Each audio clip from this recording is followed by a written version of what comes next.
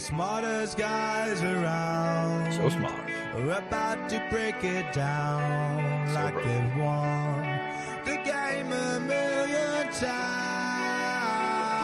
How many times? Well, actually, they didn't really win the game at all. Survivor know it all.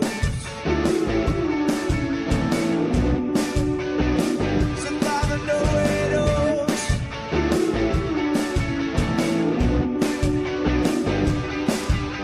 Steve and Rob without a doubt got the game all figured out. They know it all.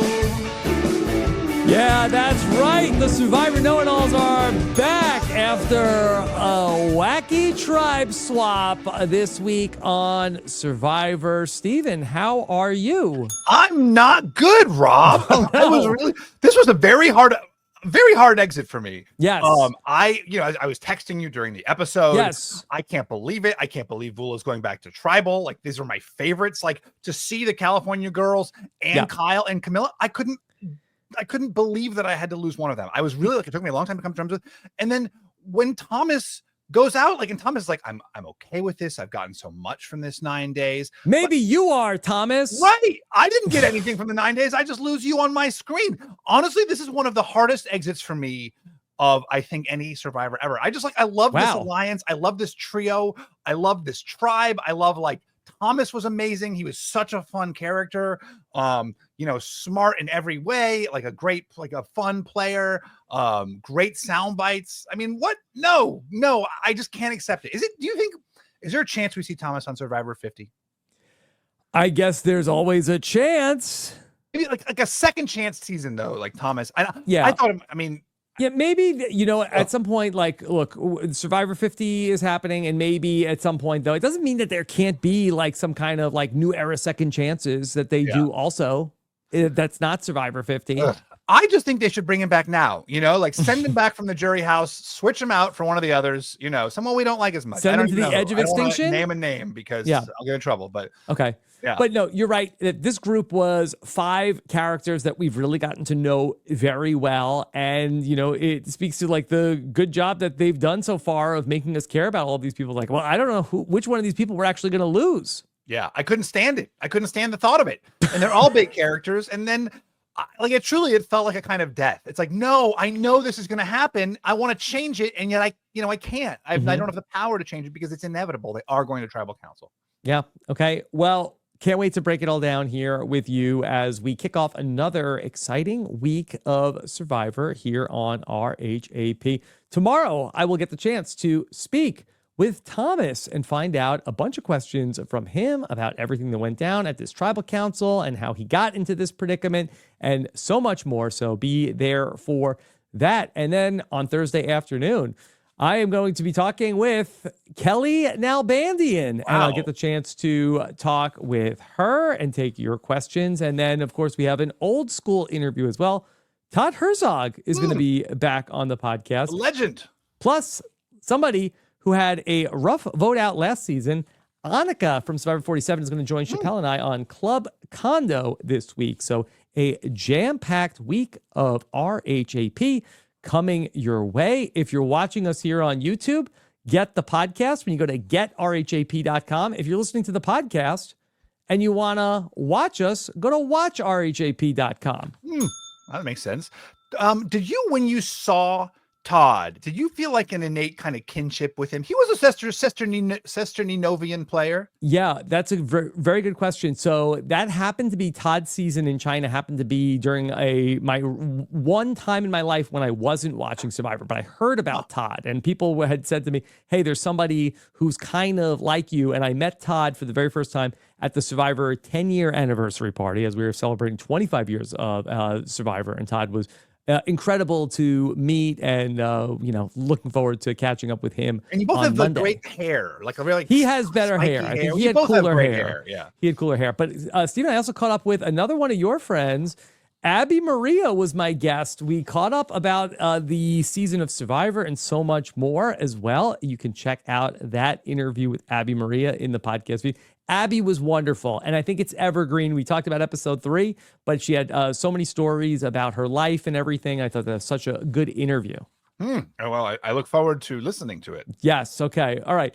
Of course, plenty more in the We Know Survivor podcast feed. Let's get into this tribal council because this was such an interesting dilemma for all of the different players involved after this tribe swap. And I thought it was such an interesting, we manufacture so many prisoners' dilemmas on Survivor, but for Kyle and Kamilla, they legitimately had a real life prisoner's dilemma of the two of them who were in this situation where if they work together, if they cooperate, there was a way that they could have gotten out of it. But either one of them could have sold the other one out and gone with the guys, presumably. I guess maybe Kyle couldn't have because I think that's what he was trying to sell, and they ultimately decided to vote him out. But that they stuck together and they sold this masterful lie and ultimately pulled it off. Yeah, it was really, really impressive. And I have to say, the quality of the lying was like S-tier quality lying, right? I mean, because at first, Kamilla sort of starts it with, oh, I was on the bottom. And, as Cheyenne noted, Kyle didn't say, yes, she was on the bottom. She was like, oh, he played it off so perfectly in that way, as though he were trying to. The fact that, like, in order to portray their rivalry, their alleged rivalry, they pretended to be acting as decent friends, like, oh, we've got this connection. We're both Guyanese, like, Guyanese. I think Guyanese. Guyanese, yeah. But like, so they really sold it. They didn't like if they didn't. Most people in that situation go over the top. Oh, we hate each other. Like, oh, she's on the bottom. I hate her. She's, and what sold it so well was that they didn't oversell it. They undersold it, and that gave just enough of a hook. And it's like that, that like when Amanda Kimmel like tries to pitch, use your idol, use your idol Parvati. She like oversells it, and as a result, Parvati is clued in. You got to be like, really subtle. Just give like enough of a taste that the person like kind of goes crazy with it. Yeah, and for this tribe to come together, when we saw on the mat that, okay, if the three California girls are all still together, plus now add Kyle and then Kamilla. We thought there was no way. Yeah. I was like, wow, this is a tribe that has a lot of, first off, they have a lot of advantages in this tribe. Too bad. This tribe is never going to tribal council. And they were on the screen and they were like, oh, Kyle and Kamilla are lying to them. Okay, great. Okay, get back to me if this tribe ever goes to tribal council because they're so overpowered. And lo and behold, we get them going to the very first tribal council that they're eligible for. Now, do you think that being on Vula Beach, and I'm totally sincere in this, like, not that it was jinxed, like contributed to it, because like you don't get a good night's sleep, you're sleeping on that terrible shelter, you don't have any, no food, no fire, you get a horrible night's sleep, and maybe your brain isn't functioning as well for the puzzle. I mean, I really think that could be a part of it. Do you think there's anything to that? So I personally don't. I think that it was what didn't have anything to do with it. But I mean, do you have some Survivor life experience that, just knowing that when you have a terrible night's sleep, you're not as sharp, for the parts of Survivor that need mental acuity. I mean, certainly for the strategic parts. But also for the challenges. It's just like it becomes harder. You become worse. I don't think it had zero effect on them. Yeah, I don't know necessarily like how many days had they been in, like, I think was this day 9? I'm not sure exactly. I have to go back and look and see is this the very next day after the tribe swap? Because I kind of feel like that they built a good camp once. I feel like they could do it again. Yeah, but you don't come on. I mean, 9 days in, with in New Era Survivor and any Era Survivor, you just don't have the energy. You don't have like the will, and you also know that like you're not going to be there that long, presumably, right? That's so fair. Like, what's the point of building up this whole camp?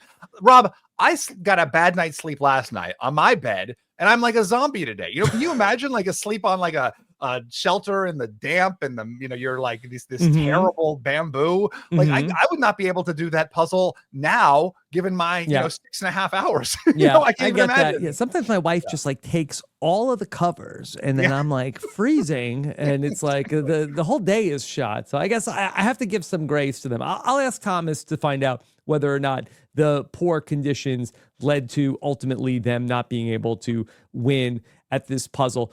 Do you feel like, in terms of how the California girls played this, knowing everything that and hindsight is 2020, do you feel like what should they have done in terms of playing this differently? Well, with hindsight, right, I'm sure Thomas has thought to himself many, many, many, many, many times, why did I not use my steal a vote? Then we could split the votes on the two of them. And if one of them magically did have an idol, we would have still been fine. So, right, like looking at the lay of the land, now that we know exactly what played out, that was the correct move. He does a steal a vote on either one, probably Kyle, because Kyle was the target. Mm-hmm. And that way Kyle can't play his shot in the dark. Does a steal a vote on Kyle. Then they've got 4 votes for the three California girls, and they split the votes on Kyle and Kamilla. Between the two of them, they only have 1 vote. So, like, no matter what, one of them is going home unless they between the two of them, they still would have had would have had votes. 2 votes, yeah. right? And, but on a revote, yeah. I wonder if they knew Kamilla had gone on a journey. Do you think that they thought that she had any advantage of her own, or do you think that maybe she was telling them that she lost her vote? Right. I mean, that's a good question. Like, I that's a really good question. And do you want to put the other question is like, do you want to put the votes on the person who went on the journey or not? Right. Because you're always worried that, like, is the superpower, and I guess they have a sense that the superpowers are probably vote related. I mean, hard to say like who had a sense of what. Thomas certainly knew that. But yeah, and I'm sure Thomas has relived that moment many, many times. Listen, I have been there. I know how terrible it is to play a steal a vote badly. And the steal a vote's curse too. Yeah. Reverse the curse, Thomas. Yeah. But yeah. I do want to tie this back to Justin last week. And Justin went on the journey and he lost his vote. And then he didn't tell Cedrek about it. And then that got brought up as, a reason to penalize Justin. Cedrek, how could you keep Justin? He didn't even tell you about his advantage or his loss of a vote. I do wonder if, we're seeing that, Thomas, had he told Shaheen and Joe that he had this extra, and it kind of came up, he had the opportunity to like, hey, she got me. Yeah. I do have a thing, but we can use it now against them in case one of them has something. Do you feel like that the mistake was not sharing that information with his allies to kind of strategize with it in the same way that we saw the Davids come together in David versus Goliath of, I have this advantage. I have this advantage. And the way that Kyle and Kamilla did it, right? Like, we've got this idol. It looks like the votes are going on you. You play the idol. We'll play the extra vote too. So we have. Oh, did they play the extra vote though? It looked like I think they did. I believe they did, because he had it out. We saw it out, but I don't know. I don't think they read the extra vote because the only 2 votes were read. And I actually think, and again, not to bring it back to me, but I'm trying to use like my own experience to like empathize and add context to what I imagine happened for Thomas. And I'm curious if this did happen. Like, what's interesting about the steal a vote is that it's so powerful that you kind of like get lost thinking ahead too much. It's like a 2 vote swing on like an extra vote, which is a 1 vote swing, which is like actually can be decisive in more tribal councils than that 1 vote swing can. So you start to like play out the perfect time. Like, when am I going to use this? Like, it's going to be at the merge and I'm going to like so totally flip everything upside down. And so, he probably didn't want to risk, this seemed like a relatively straightforward, 3-2, you don't know. I mean, yeah, obviously that's what he should have done, but I'm sure he got lost in the fantasy of, wow, like this, I've got to play this at the perfect time. And clearly what he should have done was take that moment to fess up. He wasn't wrong, right? In his read, where we have a Shaheen saying like, oh my gosh, if Thomas has lied to us, that's a huge violation of trust. Like, I don't know how I'll reckon with that. So obviously, it would have caused issues within his alliance. So that was a correct read. I mean, yeah, we know that he did the wrong thing, but if Kyle hadn't had an idol, what would have happened? So sure. Yeah. So I think that, and I'm always trying to look at like, okay, well, what's the rule in this situation? What's the thing that people should take away from how this all played out tonight? I think that, Kyle, he got up, he played his idol. He said, hey, I have to play my idol. I remember Survivor 46. We saw like from last week's tribal council, it was a great example. Anything can happen at these tribal councils. Thomas's advantage had already been compromised. He had it set up that it was the perfect secret. Nobody knew about it. And Kamilla kind of spilled the beans. As you've talked about many times in Second Chances, that you think that the right move is to, if you have this known advantage, burn it as soon as you can. So for Thomas, I'm sure that he had all these grand ideas of that he was going to play it at the final 5 and have an all-time move. But I think that it's all the more reason, especially in this new era, it's a 3-2 vote. And it's so easy for me to sound smart after the fact. But I think that when we look at all of the facts, that Kamilla had been on a journey, anything could happen. Either of them could have had an idol from their previous camp that you don't know about. So I do think that probably he should have played that steal a vote at that tribal council. Yeah, or even the shot in the dark. I mean, the existence of the shot in the dark, right? Not that Thomas should have played it, but just knowing that it's out there. I mean, they presumably have heard, and maybe they haven't heard actually that because not no one from old Vula is there. But so I mean, just the very fact of the shot in the dark, like, yeah, play it safe. If you're on the line potentially, the steal vote would prevent the shot in the dark, I believe. So no, that's what I was saying. Yeah. That would like be a way of stopping the shot in the dark from ricocheting back on you. I mean, you said it exactly right. I think once the information is out in the public, you might as well use that thing, play it defensively, get it out of your pocket so there's less suspicion on you. And of course, you are going to have to do some damage control with your alliance, but I think people mostly get it. I think people he had a secret thing and he used it for our sake. And I understand. And especially I feel like Shaheen especially is such like an emotionally astute guy. I feel like he'll be like, oh yeah, that hurts me. But I understand. He feels like very a sensitive. Where's he going to go? He's not going to vote out Thomas for, wanting to have done that. And so I don't want to make this as like a, hey, Thomas, you idiot type of thing. I just try to be forward looking with this in terms of like what are the lessons that we take away from this tribal council for people to think about moving forward in the future. And I do think more and more it's that lesson from Survivor 46, like nothing is guaranteed. If you have advantages, if you have idols, play them. You can always find more. But once, things go sideways and you end up out of the game, like that's it. Yeah. And it really is two contrasting strategies because it wasn't like, Kamilla and Kyle were saying, let's just use the idol, that should do it. They're like, here's what we got. Let's pour it all on. And of course it makes more sense for them because they're in the position of, being the ostensible targets. So they obviously need to save themselves. So they need to go harder. And, I'm sure that also ironically ends up hurting Thomas, right? That he was in the majority position. What do you think of all of the different advantages in the way they played out? Like, is this fun Survivor? Like, is this like a fun use of the different advantages or not so fun? I mean, I thought this was a super fun tribal council tonight. Now, I don't know from the opinion of somebody who's not paying as much attention to what as we are in terms of like who had what, were they able to follow everything that was going on? I mean, I think that if you were just not paying that close of attention, is the extra vote even part of your thought process? Is it just like, oh, he played the idol and they should have put the votes on the other person? Yeah, I mean, I agree that like I thought it was really fun. Because I Kamilla and Kyle, they played it so smart of that with the extra vote that it would have been a 3-3 tie, even if they put the votes on Kamilla. Yeah. So I mean, and then like it would be. I mean, honestly, and the extra vote carries through. I know the steal vote does, right? Does the extra vote carry through to the revote?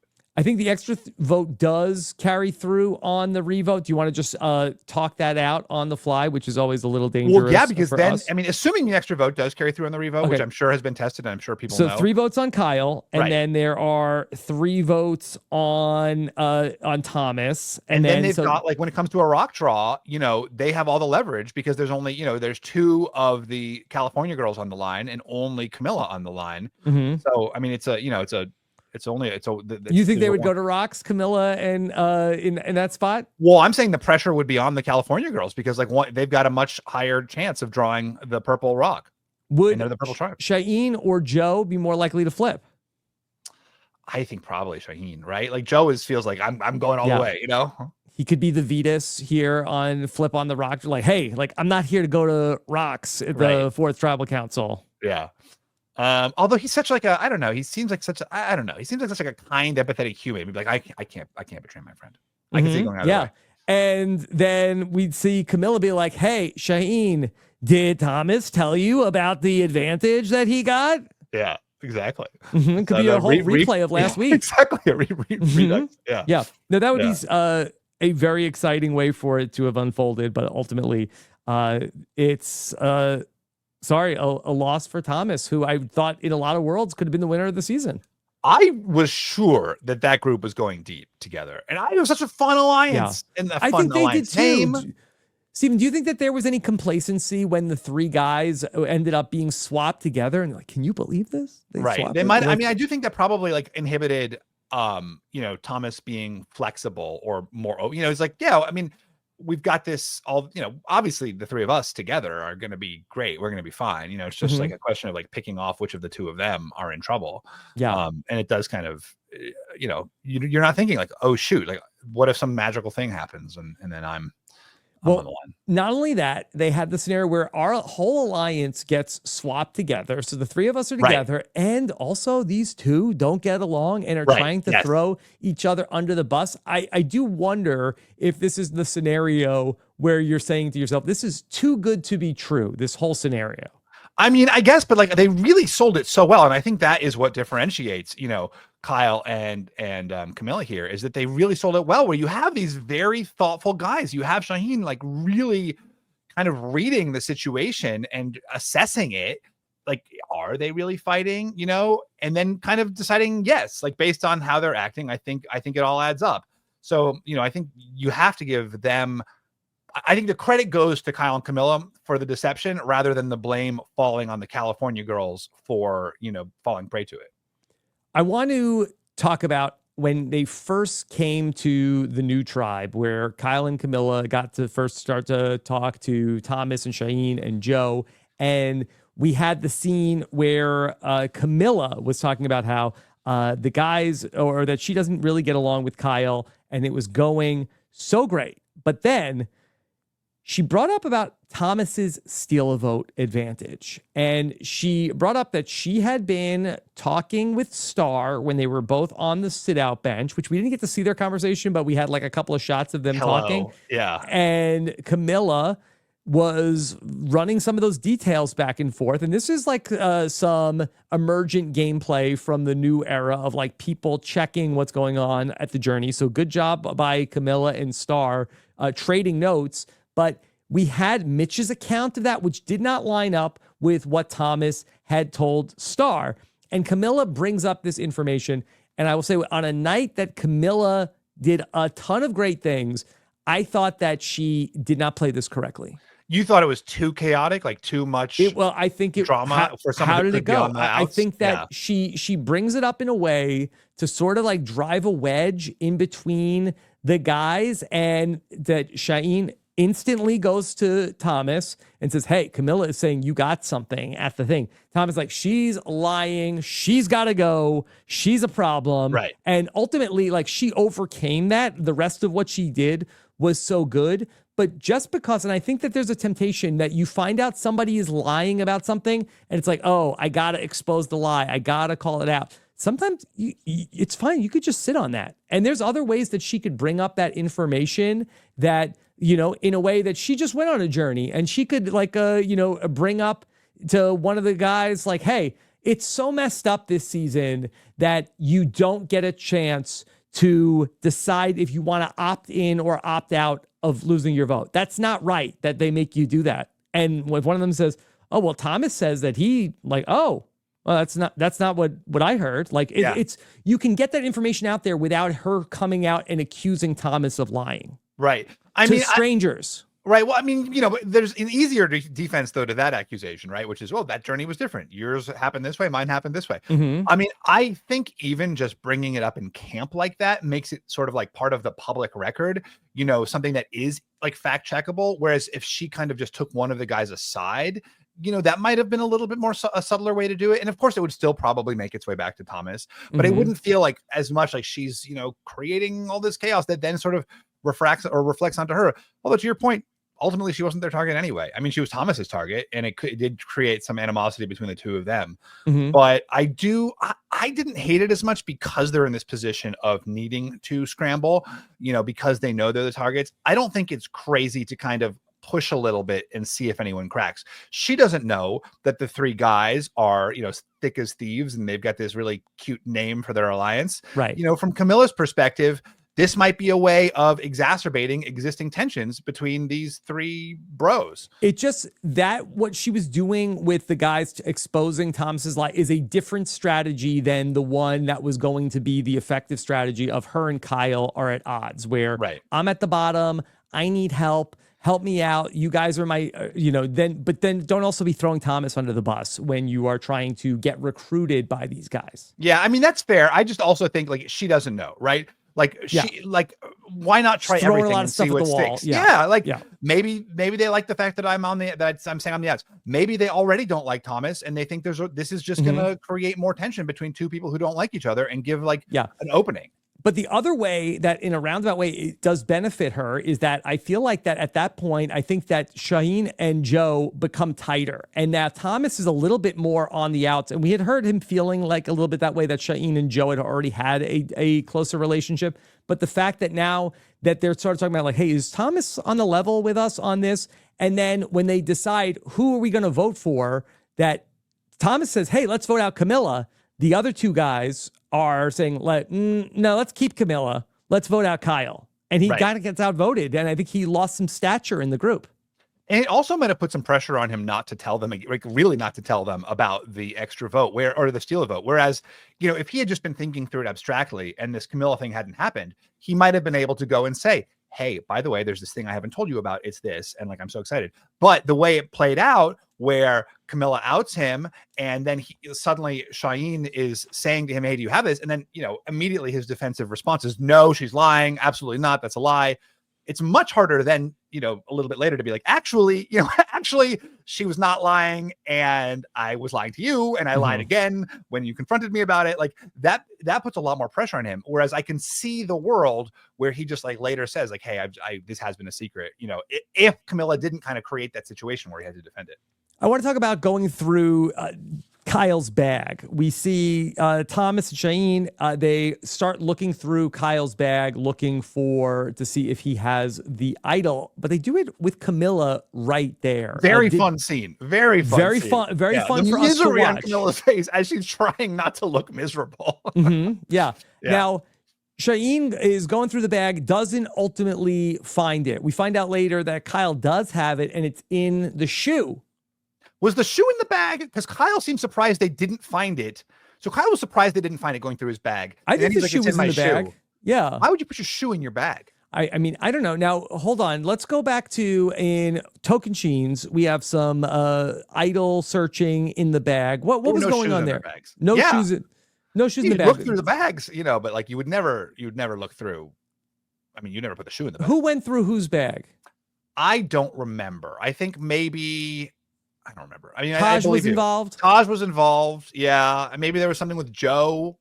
But Joe didn't have anything. I think Taj. Oh no, I think maybe Taj planted something. I don't remember.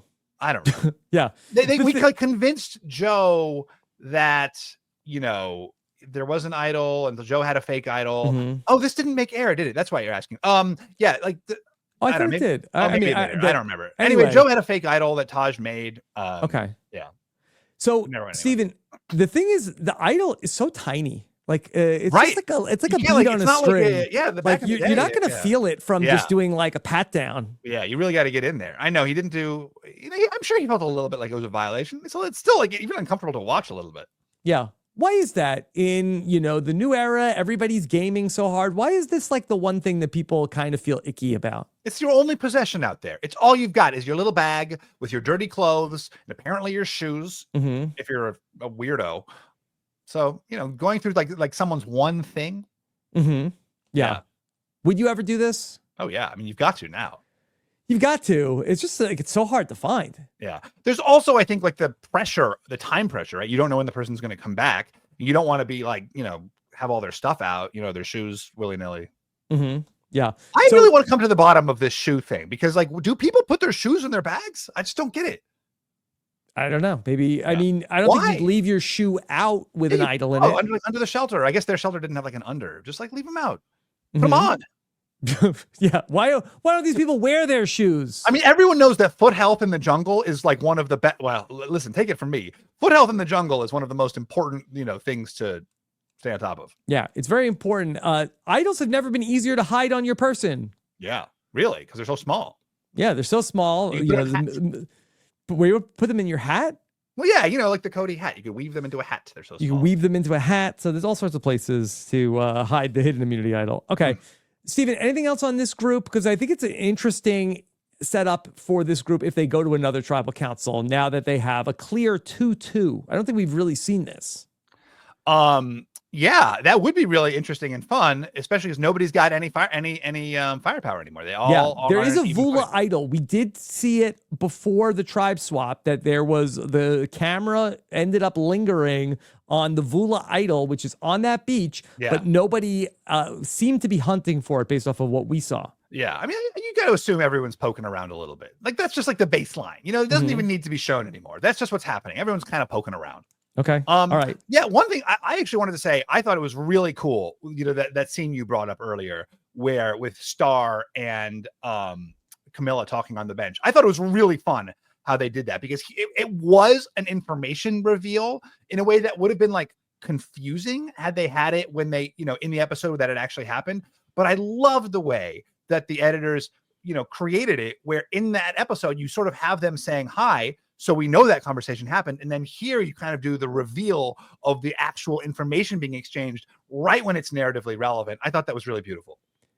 Let's talk about some of the other tribes that we saw in this episode. We have the new Siva tribe, which is Chrissy and Mitch. They stayed where Cedrek and Say joins them, and Bianca is a person who's there on her own. What do you make about this new orange tribe?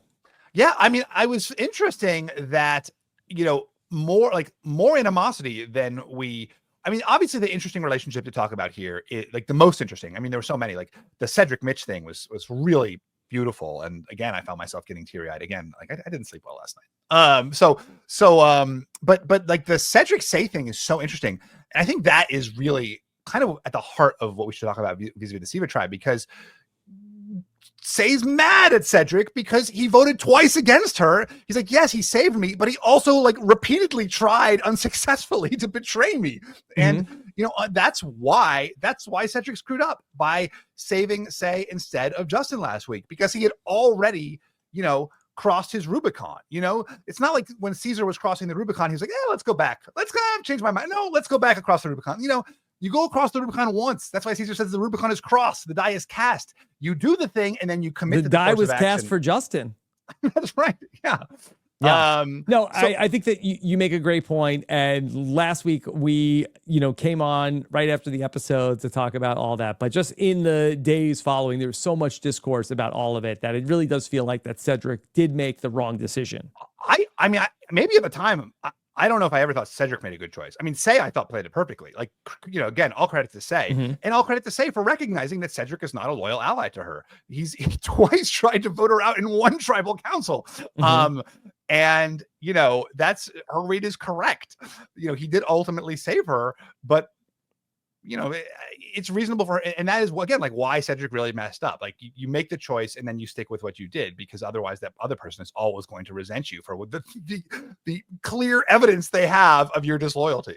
Yeah. I think that we've seen this a lot in reality TV in the recent weeks, of that when you were in a forced tie, like if you started in a tie, just keep going. Don't flip your vote, mid tie break. You got to play it out. Yeah. Otherwise, everyone's going to be mad at you and you're going to lose it anyway. Yes, that's correct. Yeah. So, yeah. And so that is interesting. It's funny. There was obviously a very funny contrast where Say is fully, telling Bianca, don't trust Cedrek, do your own reads, but Cedrek has betrayed me. And then Cedrek is like, what Say and I really have is trust and loyalty. Like poor Cedrek, poor benighted Cedrek. Yeah. Well, the episode starts and you hear Say mention that she feels stuck with Cedrek. And then, of course, the survivor gods are going to put them together after the tribe swap. And this is really presented as 2-2 and 1. And that's how Bianca is reading this, of like, okay. And she ends up going to the 2 that she feels like, okay, I'm going to go with Say and Cedrek. And Say is like, maybe talk to Cedrek.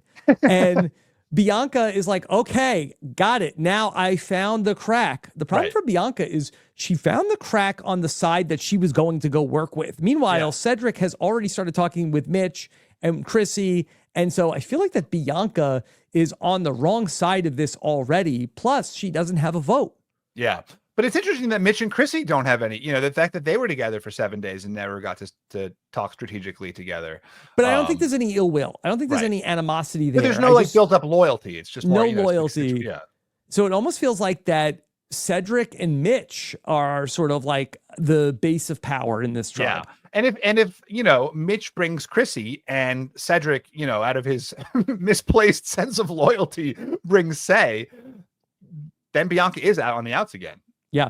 And now, so Bianca has such an interesting scenario here where she doesn't have a vote and she really needs this to be a 3 versus 1. Yeah. She can't be looking at this. And obviously she's not because she knows. But for the other pairs that are out there, she can't really present herself to Say and Cedric as, hey, I'm the piece you need to vote out Mitch or Chrissy here, because that's not going to work. Yeah. I mean, on the other hand, if it's a 2-2 tie and she's, not a part of it, like, hey, that's all right. Not my problem. Well, just play that out for a second, because I think it's interesting to think about. Okay. So like she sort of like has, maybe she presents to both sides, hey, I'm going to be voting with you. So there's Say and Cedric, and then there's Chrissy and Mitch, although it seems like that Mitch and Cedric are going to be on the same side of however, but let's just say for devil's advocate, it's 2-2, and then she didn't have a vote.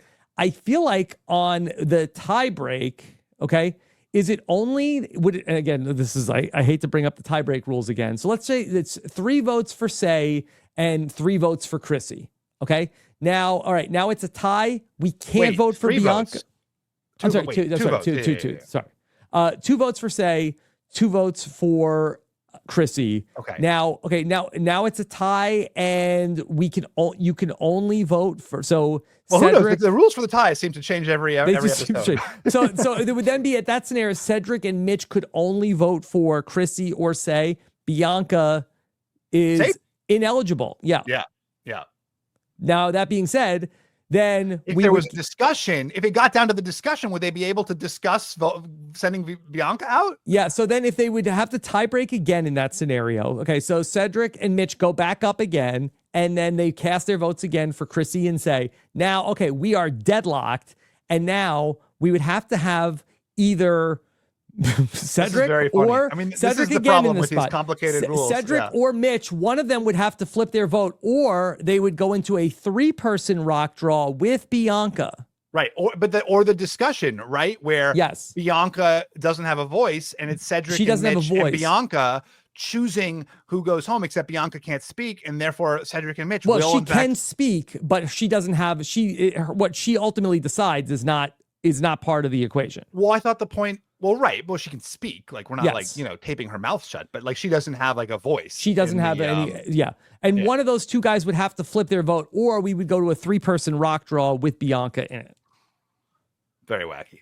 Mm-hmm. Do you think that's what Bianca is hoping for? Is that the play? Well, I guess not, because you're right. Like, if it is a tie, I mean, and obviously that's not a realistic scenario, because it does look like Cedric and Mitch are working together, so it doesn't seem like that's going to happen. Yeah, anyway. I feel like that Cedric, the way that he's like been making compromises, might at that point turn to Mitch. It's like, okay, Mitch, Chrissy, if I flip against Say again here, if I finally vote her out, then you'll keep me. We've got something good here, and they say yes, you have my word, and then I think that Say would go home. Yeah. Now, if it's Cedric that is part of the that they put the votes on, I don't think that would happen because Mitch and Cedric. But more to come on that in episode 5. Steven, let's then talk about what's going on over with the new Lagi tribe. Interestingly, we have Star, Eva together again, David, Charity, and Mary. Now, I had wondered last week what would happen with Star and her beware advantage. What's interesting is that Star ends up getting very lucky that she doesn't have to switch beaches, so she still has a shot to solve the beware advantage. But your prediction was that, suddenly they're going to find find it. But what would have happened if she had switched beaches? Because this was just a random draw. She would have just lost her vote until the merge, I think. Wow. That would suck. Yeah, that would have sucked. But ultimately, she still has a chance. And it looks like in the preview, there's going to be some running around. Yeah. Doesn't it ever say in these things, like, as long as you're on this beach, you've lost your vote or something? Like, I think it's up until the merge. I think that was the language from the Survivor. They need to change the language, like, as long as you're on this beach, or the merge, whichever first. They need a whole, like, codicil. Okay. Yeah. So it really was all about David here. Yeah. Everyone loves David. Everybody loves David. Eva loves David. Yeah. Charity, like, wants to bring David along, thinking that he is her patsy.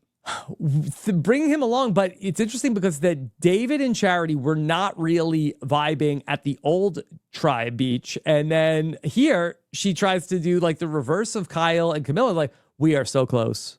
Yeah, he is like such a great ally of mine. That we have such a bond of loyalty, and that he is just such a stand-up guy.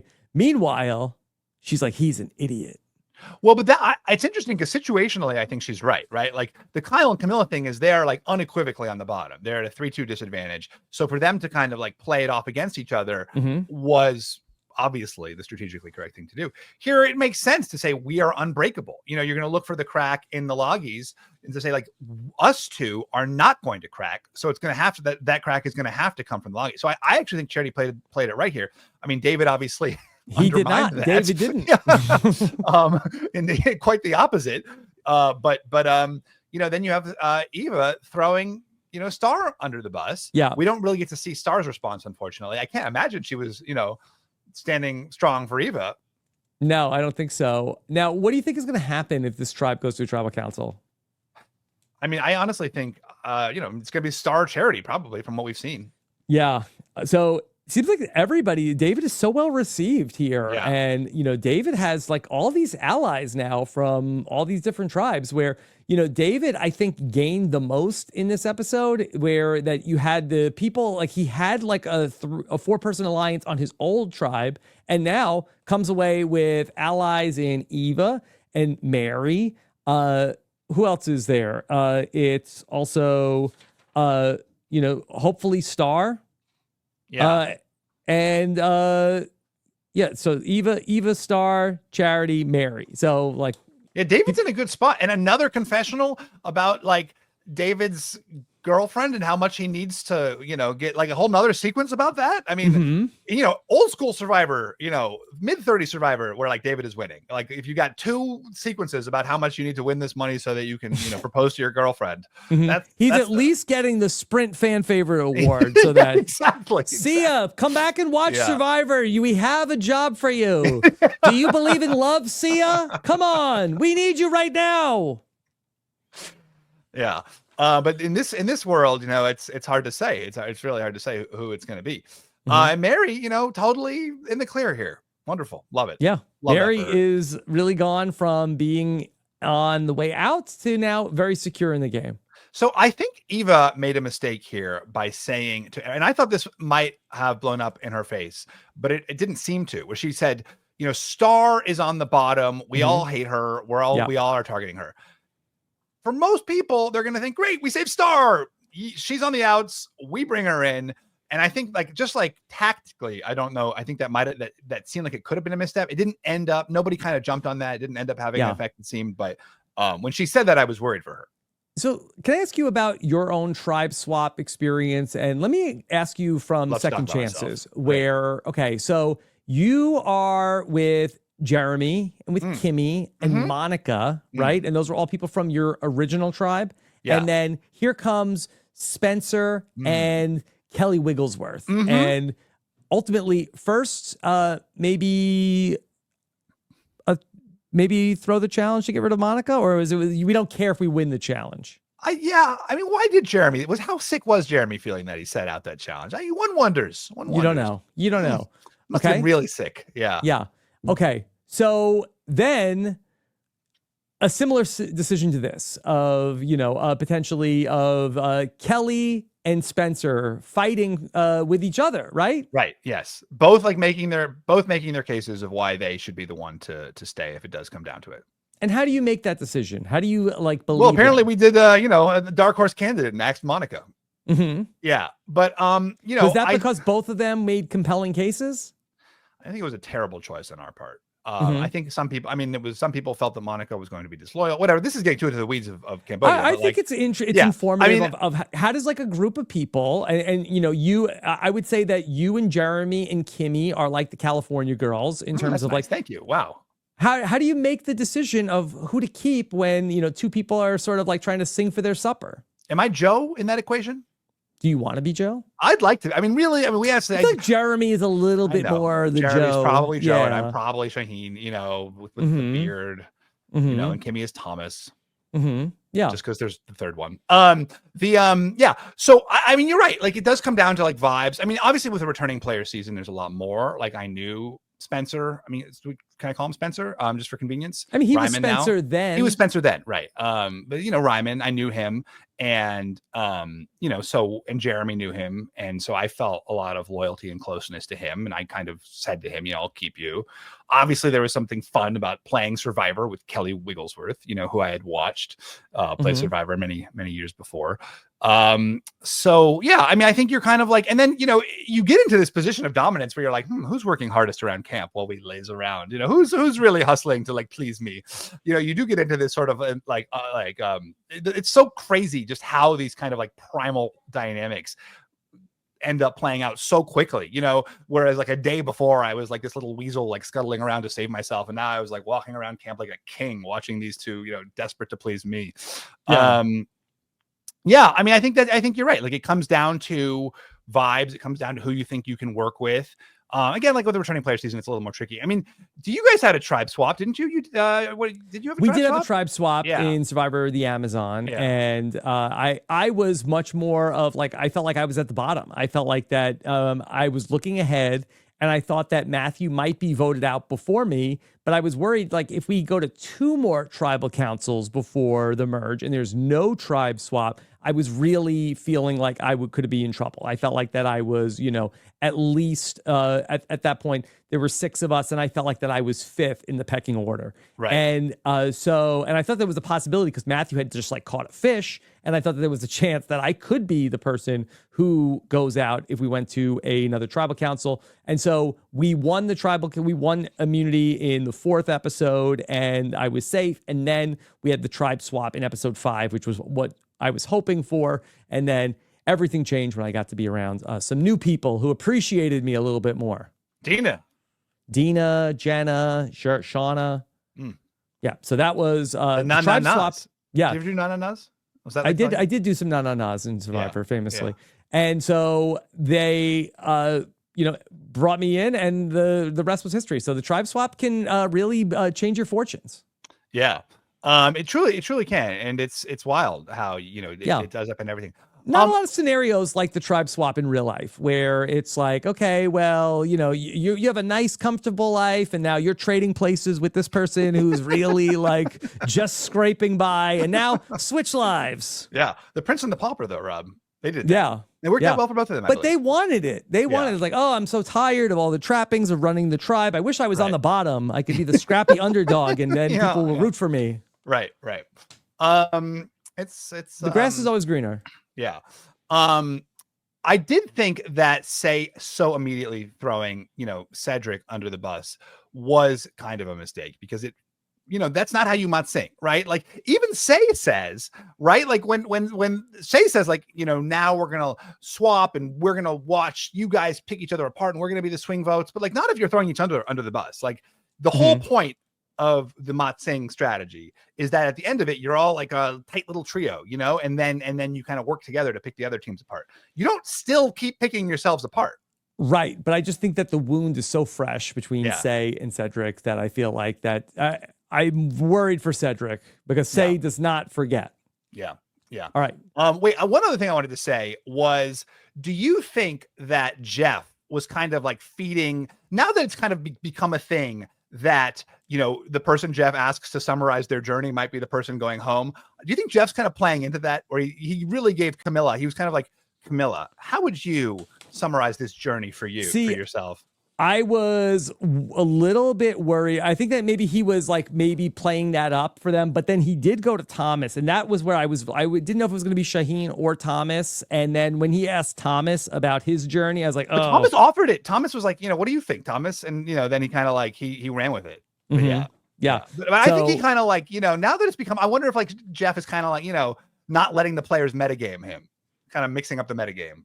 Yeah, I do wonder. It's also selection bias of like what we ultimately see in the episode. Like, who knows? But the editors like, then are metagaming, right? Because they're then like faking us out. Someone is gaming someone. That's all I care about. Yeah. Okay. Steven, let me talk about a couple things and then we'll get into our Fishy Award. Big news this weekend. Blood on the Clock Tower, of course, a passion project of Stephen Fishbach, of Christian Hubicki. The fans love it. We are back with a big episode coming up on Saturday. And that, Sam, what time is that going to drop at? On the RHAP YouTube channel. You can, at 2 o'clock, you can check it out. Go to watch 2 p.m. Eastern. RHAP.com to get everything you need to know and subscribe on the YouTube channel to see Survivors Play Blood on the Clock Tower episode 3. Super fun game. As you can gauge a little bit about it from the giant image we have of Owen with red eyes and horns coming out of his head.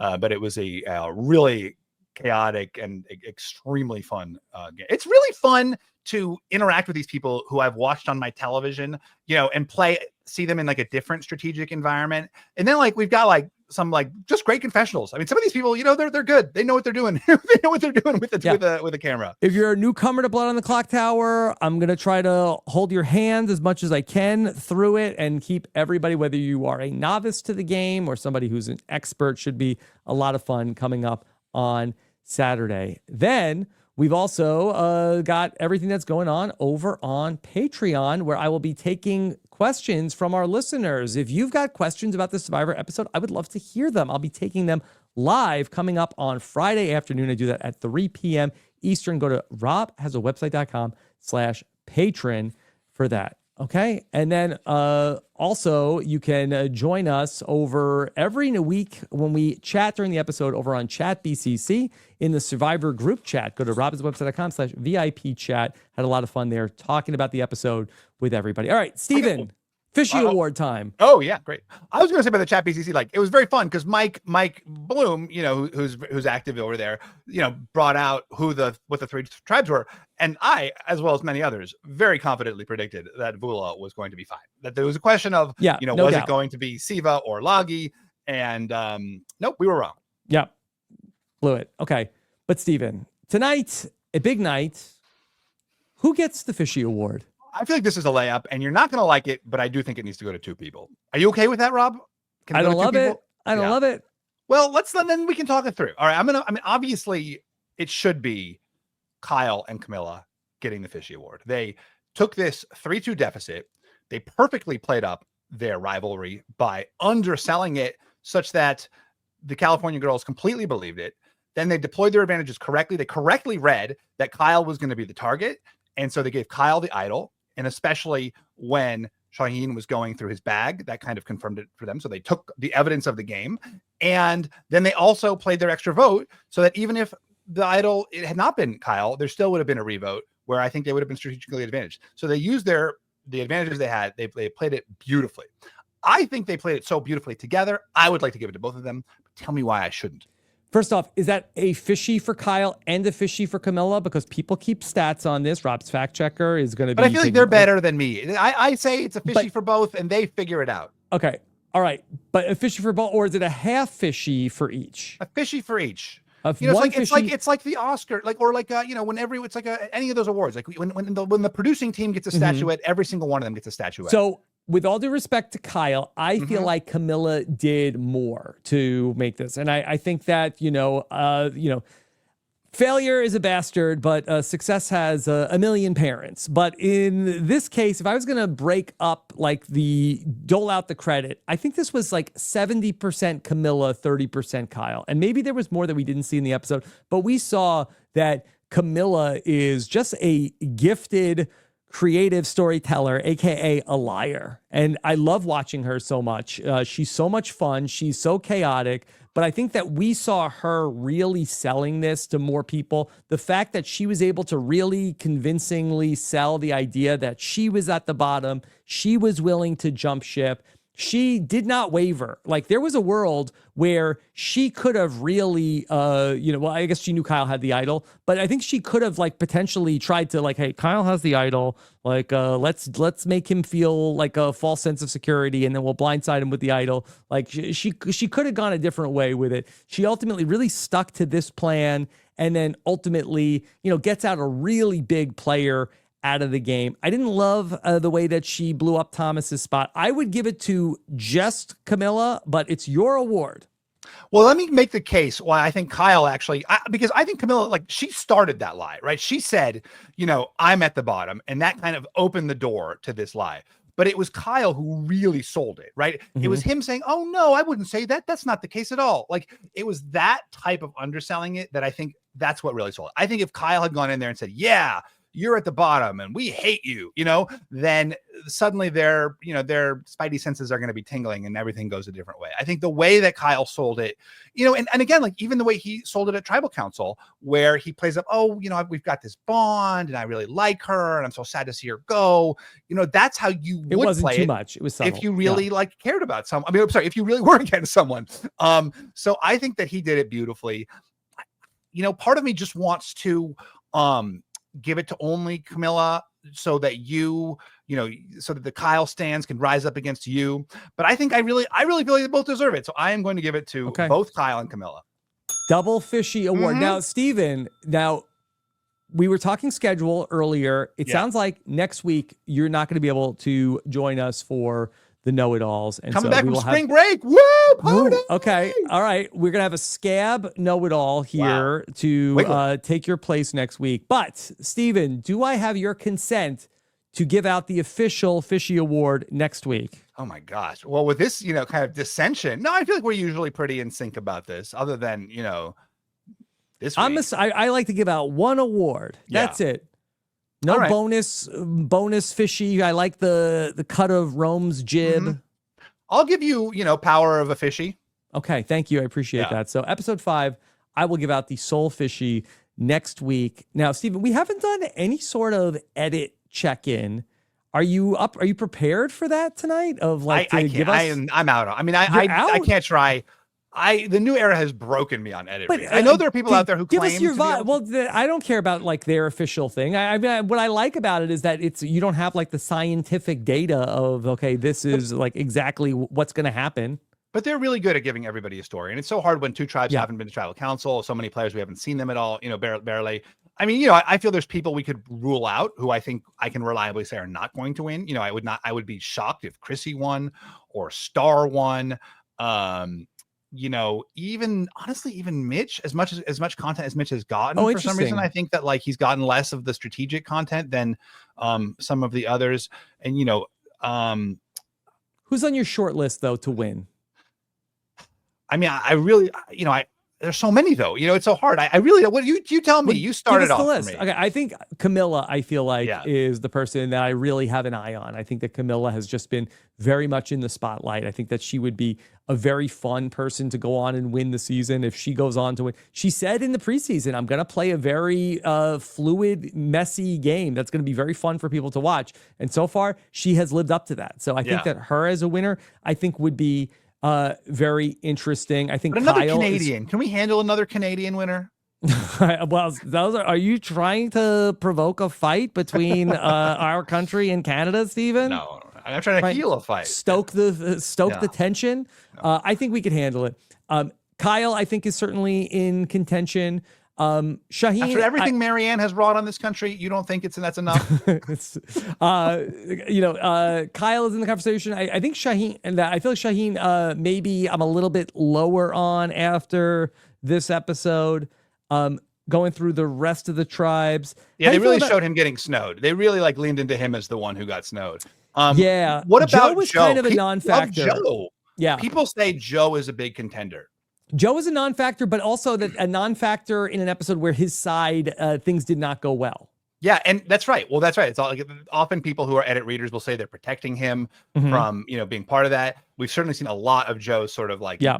moral center and his person. I mean, we saw him at the very start with talking about how proud his kids would be of him.